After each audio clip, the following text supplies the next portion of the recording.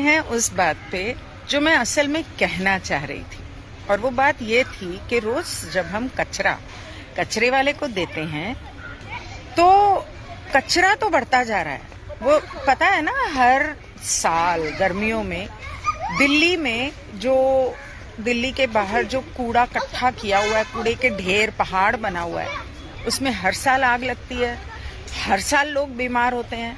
और एक आरजे वहां गया था ये देखने कि उसमें आखिर ऐसा है क्या, और उसमें इतनी ज्यादा गंदगी और केमिकल के फ्यूम्स थे कि वो उस धुएं से, उस बदबू से वो बीमार हो गया और सीरियस था, वो हॉस्पिटल में था।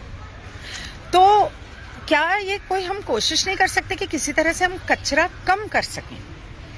कचरा पेपर प्लास्टिक का तो कम करना ही चाहिए, जहां तक हो सके प्लास्टिक इस्तेमाल नहीं करना चाहिए। पेपर, गत्ता, ये वो, जहां मैं तो न्यूज़पेपर भी नहीं आता मेरे घर में, तो मैं वो भी इस्तेमाल नहीं करती। लेकिन अगर हम उसका इस्तेमाल कम कर सकें तो हमारे लिए बेहतर है।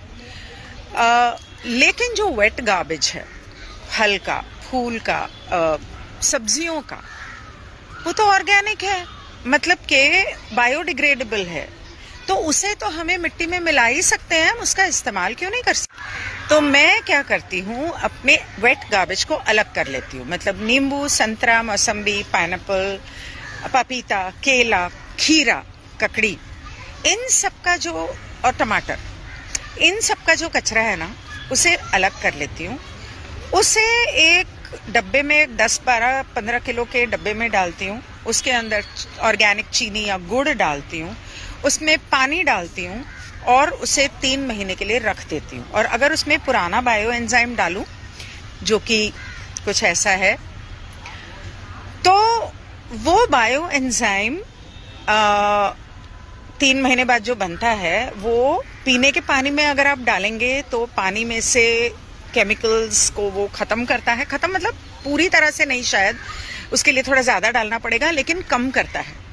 और अगर मैं उसे नहाने के पानी में डालूं, जैसे इस वक्त मैंने डाला हुआ है, नहाने के पानी में डालूं, तो वो स्किन के लिए अच्छा है, बालों के लिए कंडीशनर का काम करता है। आपकी बॉडी में अगर कोई प्रॉब्लम है तो उसे मतलब स्किन में वगैरह, उसमें मदद कर सकता है। बायो एंजाइम को पानी में डालने से पानी का पीएच लेवल बहुत बढ़ जाता है, तो उस पानी को आप खाद के तौर पे मतलब अगर आपने छिलके विलके सारे भिगो के पानी में रखे हैं, जो मैं ओरिजिनली पहले वो करती हूँ, एक डब्बा रखती हूँ सिंक के ऊपर, वॉश बेसिन के ऊपर, उसके अंदर सारे छिलके जमा करती जाती हूँ, रोज के नींबू, ये वो, उसका पानी थोड़ा सा मैं निकाल लेती हूँ क्योंकि नींबू की सुगंध बड़ी अच्छी आती है, संतरे की भी, और उसे फिनाइल के लिए भी इस्तेमाल कर सकती हूँ।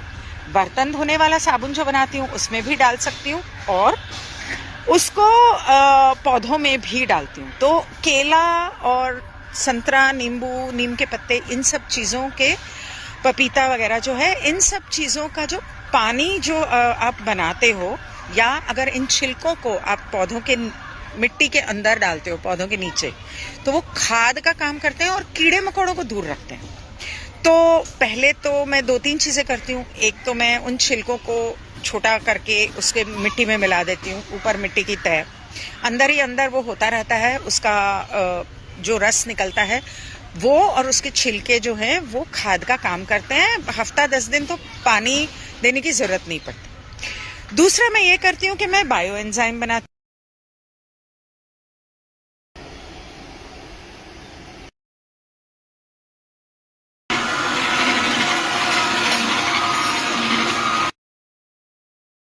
तो बायो एंजाइम मैंने बनाया पहली बार 3 महीना, उसके बाद 1-1.5 महीना पड़ा रहता है, और क्योंकि उसमें पुराना बायो एंजाइम डालती हूँ तो वो जल्दी बन जाता है। तो उस बायो एंजाइम को बॉटल में भर लिया। अभी आज ही मैंने बॉटल में भरा है, तो अगर कोई चाहे तो मुझसे ले सकता है। रिसाइकल बॉटल्स, पुरानी जो पेप्सी, कोक, पानी की बॉटल्स होती हैं 1-1 लीटर की, आधे लीटर की, तो वो मैं पानी में उसमें छान के उसमें भर देती हूँ। वो बायो एंजाइम काम आ गया, फिनाइल में, कपड़े धोने में, बहुत सारी चीज़ों में, बर्तन धोने के इसमें। और उसका जो छिलका, जो मलबा बच जाता है, अब उसको फेंकूंगी तो गार्बेज तो वहीं का वहीं रह गया। तो मैंने क्या किया, उसको मिक्सर में डाला, उसको बारीक किया, या उसे जूसर में डाला। जूसर में डाला तो सूखा मलबा अलग हो गया, जूस अलग हो गया। वो जो जूस है वो पौधों में पानी डालने के काम आएगा। उसके अंदर पानी मिलाओ और उसे पौधों में डाल लो। वो है आपके पौधों के लिए बहुत ही बढ़िया खाद। और जो सूखा रह गया उसको मैं मिट्टी के अंदर मिला के या पौधों के ऊपर थोड़ा थोड़ा डालती हूँ, तो 2-3 दिन पानी देने की जरूरत नहीं और वो सूख जाएगा धूप से और वो खाद का काम करेगा। तो इस तरह से आप गार्बेज को कम करने की कोशिश कर सकते हैं। नींबू, संतरा, केला, टमाटर, पपीता, इसका जो बायो एंजाइम बनता है वो स्किन के लिए बहुत अच्छा है, तो आप डायरेक्टली उससे मुंह धो सकते हो।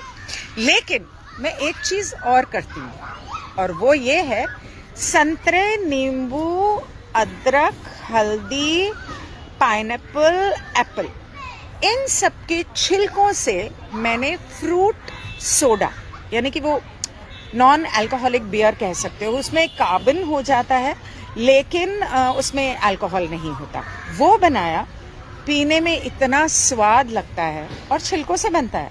और सेब का जो बचता है उससे एप्पल साइडर विनेगर बनता है, वो मैंने बनाया। सिट्रस विनेगर भी मैंने बनाया, मतलब संतरों के छिलकों से विनेगर, वो भी मैंने बनाया। हाय हाय, पीने में उसमें थोड़ा सा अगर आप गुड़ थोड़ा ज्यादा डाल दो तो मिठास भी है, कार्बन भी है, मतलब सोडा भी है, और पीने में बहुत बढ़िया है। आप चाहे अपने गेस्ट्स को दो, लेकिन साफ धुले हुए छिलके गंदे नहीं। तो इस तरह की बहुत सारी चीजें आप करके अपने गार्बेज को कम करने की कोशिश कर सकते हो। इससे धरती का भला है और आपका भी, क्योंकि हम जब ये कार्बोनेटेड चीज पीते हैं तो ये हमारे इंटेस्टाइन्स, हमारे गट बैक्टीरिया के लिए बहुत हेल्दी है। बियर बुरी है लेकिन ये हमारे पेट को एक प्रोबायोटिक की तरह काम करती है। Try it.